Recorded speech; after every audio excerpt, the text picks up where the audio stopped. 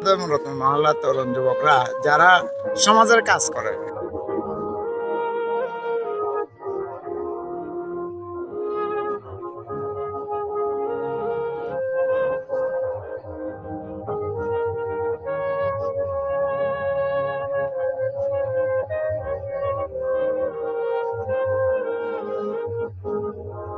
জাকির আহমেদ ভালো একজন মনের মানুষ, মোহাম্মদ রফিক সুন্দর মনের মানুষ, তারপর সুন্দর হাসি খুশি সংগঠক আমাদের সোহেল, মোহাম্মদ সোহেল।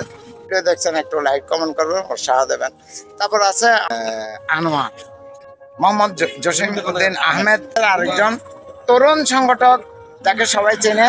সর্বশেষ হফিজউদ্দিন খোকন টাউন মসজিদের জন্য, কবরস্থানের জন্য তার যে অনুদানটা আনা, একেবারে মানে সবার খুশি।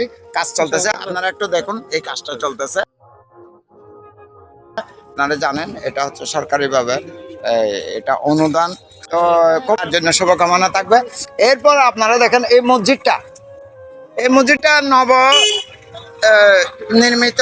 এই মসজিদ অনেক সুন্দর, একেবারে এটা প্রত্নতত্ত্ববিদ তারা বলছে যে এই মসজিদটা অনেক বছর সুন্দর থাকবে এবং দেখতে অনেক অসম্ভব ধরনের সুন্দর।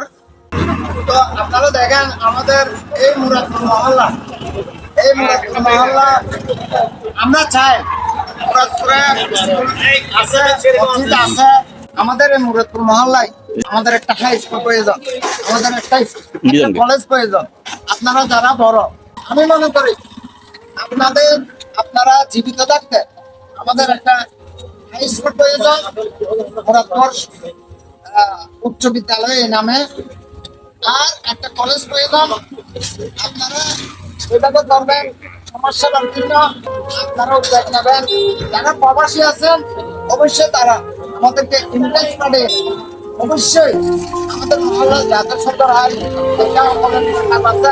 আমাদের পেজে এই যে ভিডিওটা যাবে, সবাই একটু লাইক কমেন্ট করবেন এবং মতামত জানাবেন যে আমাদের মহল্লায় কি কি কাজ থাকতে পারে, এবং যারা কাজ করতেছে তাদের জন্য আমি মনে করি আপনাদের অবশ্যই সবার থেকে টাকা পাঠাবেন, যাতে আমাদের এলাকার কাজগুলা বা কাজগুলা হয়।